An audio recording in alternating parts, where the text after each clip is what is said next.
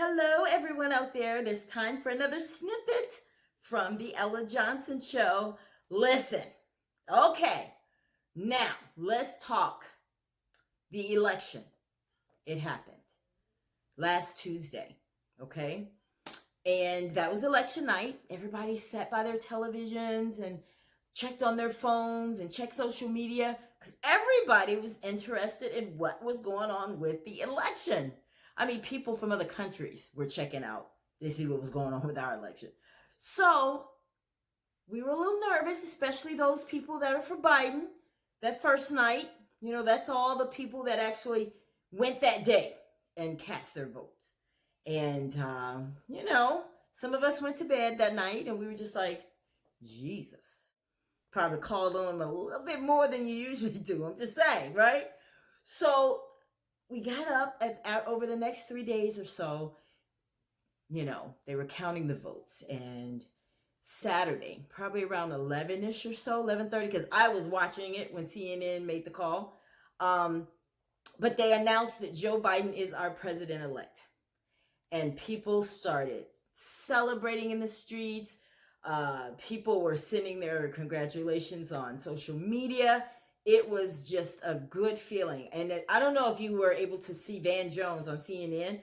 I was sitting there watching when he, they asked him, what were your thoughts about, what are you feeling? What are you thinking right now that Joe Biden has been nominated and has been named the president-elect?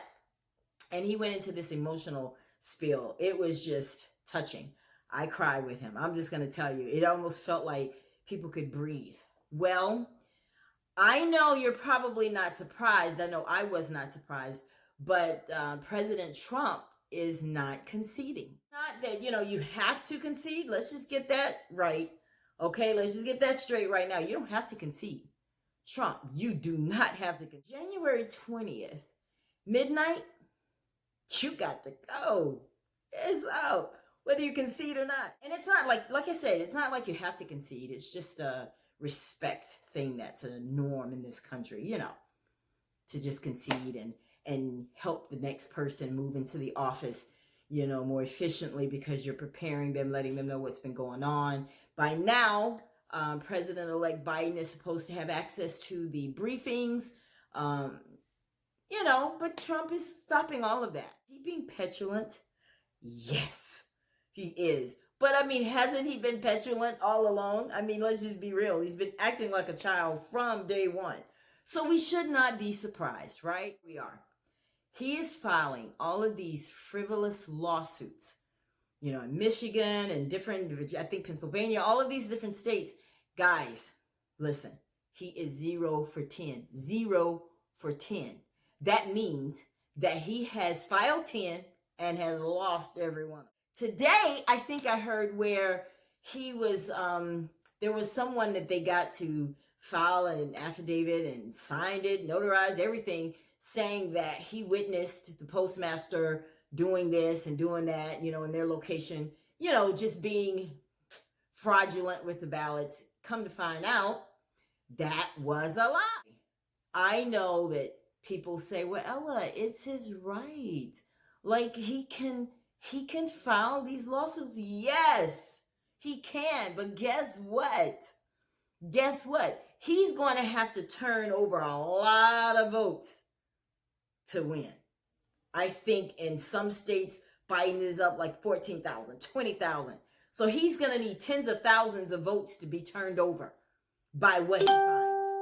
And because they're not going to find anything, it's like, dude, it's over. I know another way Trump can get out of this. What he can do is he can go ahead and resign before he's kicked out. Go ahead and resign. And then whatever legal issues he has, Pence can pardon him. But in all, Trump is just pissed. He is upset that he lost. He is upset because he thought that Americans loved him a lot more. Now, how is it that we rigged an election, but we lost the Senate? Why would we do that? If we're going to steal, take it all. That's like saying, okay, I'm going to break in this store. I could probably do life. I'm going to break in the store. I might have to kill somebody. And I'm going to go in there and I'm only going to get a cookie and then I'm going to run out. No, get the whole pack. If you're going down, go down for everything, right? So what sense does it make, I'm just thinking out loud here, for the Democrats to rig the election and only get a piece of the pie? That doesn't make sense. You know why? Because it didn't happen. They didn't rig the election. What it is, Trump, let me just say this. You thought that the Americans, because they were hooting and hollering and all singing your praises on Twitter, and you had all of this backing social media, you thought that people were really okay with how you are. Word to the wise, people just don't like that. I know you Republicans, you guys can allow him to be a certain way and you just pass over it and you just let him get away with it. But people as a whole are used to genuine kindness and being thoughtful. There's so many things I could just think about right now. I could just rattle off so many things that Trump did during these 4 years that were just preposterous. And one that I can think of is how he treated the black journalists at these press conferences. I know you guys can roll the tape back and you can see it. And they would ask a question. That's such a stupid question. Oh, or not that. That's such a nasty question. Who talks like that? Like, really? You're the president of the United States of America. You know it's bad when other countries call us out. They're like, America. I feel you. I'm like, listen, I get you. There are a lot of people in other countries that want Trump to succeed and they want him to be the president. I don't know why, especially ones that are in those shithole countries that he talks about. Yeah, I said it. I'm just quoting him. There are like shithole countries, he says. And you guys are the ones defending him? I don't understand. Now, there's some other stuff that came up along the way in this election. You had rappers, Lil Wayne and Ice Cube and Kanye and all these people that rallied around Trump. And you got so many mixed opinions. You got people saying this and people saying that about them. And I heard someone today talk about this. It's some VICD or something like that TV. And they were trying to make sense of it. And they said, maybe Ice Cube, for one, thought he was helping.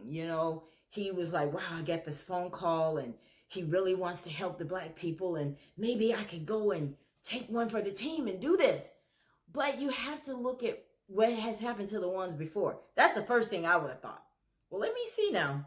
What happened before? Steve Harvey probably had that same conversation. Nothing changed. This platinum plan. This is how you know it was BS. Because he never talked about it in front of his white audiences. Uh-oh. Well, he didn't. He didn't.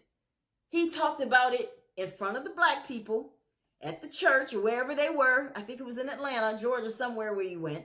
And he thought that was enough. He didn't think that we had enough sense to sit down and think about, well, you know what? Over the last 4 years, all he's ever done is repeat that same rhetoric. I've done more for the black people than any other president, which is BS, okay? Let's just kill that. That is not true. But nonetheless, this is a free country. People can vote for whomever they want. Like I said, I would never come on my broadcast and say who you should vote for. I was just hoping that, you would kind of figure it out. Nonetheless, these guys went to Trump thinking they were doing something, and now they see that it was just for the photo op. It was just for you to be able to tweet about it or you to talk about it. Because in their minds, they were like, well, you know what? If we can get someone influential in the black community, maybe they can get the other ones to vote for me. And just so you'll know, Biden actually does have a plan as well. And I didn't realize this until the other day. I was watching Roland Martin, and he laid it out. He laid it out. And a lot of you probably didn't know either, because we're so busy listening to what Trump said, we didn't realize that Biden had one also. He also had a plan. Now, what I say we do, we got to hold him to it. Yes, I absolutely believe in that. Yes, when you elect these officials, you need to hold them accountable. That includes Biden too. We gave you our support. Now we need you to take care of us and our demands and all this kind of stuff. And everybody was always talking about, Trump. Trump did this for the blacks. He did this and that for the blacks. Y'all should be appreciative. You should be more thankful. Listen, when what Trump does for us equals what he's done for them, I'll be happy then. Let's compare it. Let's do this for real. Real talk. Let's put on this side over here Let's list all the things he's done for big business, big corporations, his buddies, the suburbia, as he calls them. Let's see what he put an outline for them. Now let's go over here on the black side and let's see what he laid out for us. Now compare them. Now, if you really want to know if what Trump does is BS, there's your answer. Compare them and you can come up shout, trust. So listen, but guess what? He's gone. I don't care how many lawsuits he puts in there, because none of them have any fraudulent evidence. They keep talking, evidence. We have evidence. Where is it? And it's funny, you know what else I was thinking about? I said, okay, so if the election was rigged, why didn't we rig it in the states you won? I'm just saying. So should we go back and recount Florida? I mean, you won in Florida. You won in Texas. Were they rigged also? Oh, no, Ella, it's just rigged in the ones we lost. You know how silly that sounds? Like we're going to really take our time and rig it in certain places. Those were important states. Florida was one of the most important states. Florida and Texas. They had the most electoral votes. And Trump won in those. If we were going to rig an election, hello somebody, wouldn't we have done it in those states? I'm just saying. Those are the ones that have the most electoral votes. So my thing is, since we want to recount, let's go to Florida. Why don't you come on down here? You know, because Florida is known for screwing up an election. So why not come to Florida? Come on down here and let's recount. I'm just saying. Because if we are rigging elections, why are we going to hold off on Florida and Texas? Those are the ones we needed the most. And why in the world didn't we rig it enough to win some seats in the Senate? Georgia's on my mind today. Hello, somebody. Listen, Georgia, you guys have got to pull this thing off in January for this election. I'm just saying. I mean, you guys cast your votes early if you have to. We need you guys to get to the polls for real. Because honestly, if we are able to control the House and the Senate with Joe Biden leading the way, we can make some things happen in this country once and for all. Make some things happen in this country once and for all for the people that really, really need it. If you want to brag about something, why don't you brag about sending out some stimulus checks? How about that? Let's do something for the people that really matter. I got so frustrated today listening to the press conference with, I think, Senator McCarthy. I think that's his name. Kevin McCarthy. I think that's his name. But anyway, he just kept wanting to talk about Pelosi. He wanted to talk about this. And the reporter asked him, do you think now we can get a stimulus? And it's like they don't have anything in here for the people. The people need to know that you love them and that we're thinking about them. You know, but the election's over, guys. But listen, Trump will be remembered. He's always trying to outdo Obama, right? Why is he? That's what happened to you, Trump. I'm just going to be honest with you. You couldn't see forward for trying to look backwards the whole 4 years, worrying about what Obama did, making sure you get rid of everything Obama did, and it cost you. Dude, listen, you got to take ownership. People, Republicans, listen, stop trying to defend him. Have some dignity. Stop trying to defend the dumb stuff. Okay, I understand loyalty and everything, but come on. When you took an oath, it was not to Trump. It was to the Constitution and to the people. We have to decide what's most important in this country. And getting it back to a normal state, I think that's why everybody was cheering in the streets on Saturday. They're just like, finally, I know it just felt like there was a chokehold taken off of this country. It's almost like I looked in the sky and I saw it breathe. I mean, I know that's a little dramatic, but it felt like that, didn't it? I know it's not just me. No, y'all felt it too. The ditch you dig for someone else is the one you fell in, Trump. You thought that when Obama was in there, you did everything you could to discredit this intelligent, articulate black man. And you thought it was a lot easier, didn't you? You thought, this black man can do this, well, surely I can too. But guess what? You found out it wasn't that easy. You know, he took the same types of scrutiny that you did from the media. He took all of that stuff from you guys, talking about his wife, talking about his kids, talking about his nationality, you talked about him like a dog is what you did. Payback is a mother. So, Trump, what you're dealing with right now, I know you're hurting.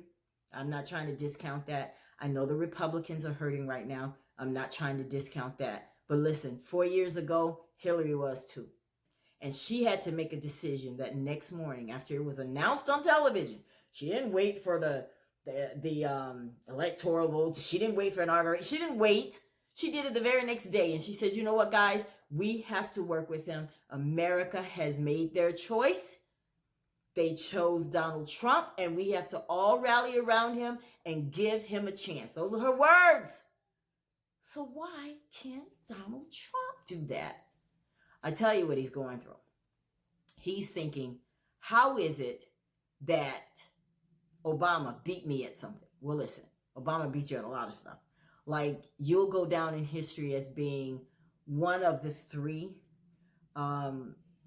presidents that were impeached. You'll be known as one of the 10 that didn't win a second term. You'll be known as one who lost the popular vote 2 times. Okay? So, you made a record. You did that. See, it's bigger than just being liked. It's bigger than people tweeting your name, white power. It's bigger than that, Trump. You lost the respect of the American people. Now, they might not like Joe Biden.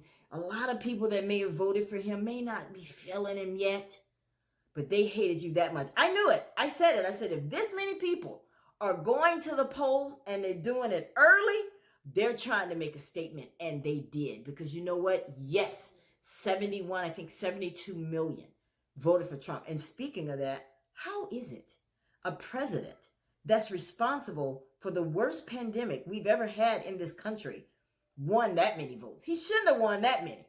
But nonetheless, 72 million people voted for Donald Trump. 77 million people voted for Joe Biden. He's the president that has earned the most votes ever in any election. Okay? I think today I heard that Obama, I think he won it by like 9 million or something like that. But Joe Biden has won the most votes. People showed up. They made a statement. And I know Trump is like, how could I have gotten beat this bad? Didn't he say it in one of his at one of his rallies? He said, you know how I'm going to feel bad if I get beaten by this guy. He's like the worst candidate. Can you imagine losing to him? See, you talk too much. That's part of your problem. You talk too much. Like, be humble. Have some humility. You know, I mean, because you're not the brightest president. You're not, you know, you say the same words over and over. I mean, you're not like the brightest crayon in the box. What happened is that Trump acted like the fool y'all thought Obama was. Come on now. You know you thought it. Or like they used to say in Alabama, you know you thunk it. I mean, really. But I think that people are embracing Obama now. And I think that when he came out in this election and when he had to go and speak on behalf of Biden and try to rally the troops, if you will, I think that made a very strong impact in Georgia. And I think people, whether they liked what he did or didn't like what he did, whatever the case may be, we needed someone that felt good to us. And Obama did. And we missed it. I know I'm not the only one. We missed it. Yes, we did. We missed being treated like with respect. We missed that. And when Obama came out and how he talked about Trump, and, you know, I have to admit, I enjoyed that. I'm just going to be honest. I enjoyed it because he was right. He was right. He didn't say anything wrong. And it's so funny because even when he was talking down, you know, saying the obvious about Trump, he still was respectful. How is it that Trump, when his entire presidency with less than a 50% approval rating? How? Like, and he still ended up with 72 million people voting for him. That says a lot. Because he appealed to people, and it may not always be in a good way, but he appealed to a large group of people. And that's a problem. Because some of them will move on. Next week, they won't even think about this. But you got that select few that are very loyal to him, that they're going to still be in the streets, still tweeting, and it's just going to keep going. And it's going to take someone like Biden to say, listen, guys, because Biden has said on multiple occasions that even though you didn't vote for him, he's going to be a president for the red and the blue states. You know, he's going to be a president for everybody. That's what we need, guys. Let's embrace that. Let's bring the country back together. I'm tired of flipping on BBC and all these different stations in other countries, and people are talking about us and our election and how we're handling the pandemic. I mean, aren't you guys a little embarrassed about that too? Like, supposed to be the most innovative and with the best in the science area. I mean, aren't we supposed to be? But that's not what we're showing, and it's time to get our respect back, right? So I guess what we need to do moving forward is we have to start finding ways that we can bond and come together. And usually in pandemics and turmoil, I know with 9/11, it brought our country together. Y'all remember? You remember how things were for like that week or two after, well, maybe even like a month or so after 9/11? Everybody was just, there was no black or white. But we allowed this man to get in office. I didn't allow him because I didn't vote for him. But y'all did. Put this man in office. And I said, you know what? Hillary didn't win. I wasn't all that crazy about Hillary either. But I said, okay, Hillary didn't win. We have to embrace this president. Give him a chance. I mean, he did The Apprentice. So it sounded like he knew a little something about management and leadership. Boy, did he have me fooled. Because I actually used to watch that show. But, you know, when it comes to leadership, I've had people say a whole lot of stuff about, well, Ella, he's a good leader. He's a great businessman. Okay, well, you found out that was a lie. He's not a good businessman. And I think that part of what's happening with Trump at this moment, and I really do feel for the guy, I'm going to be honest with you, because he's scared. He's scared to going back out here in the world and being normal again. Now, yes, the Republican Party, he just changed y'all's whole mindset and concept. The Republican Party is nothing like it used to be now. He has changed you forever until you guys take it back.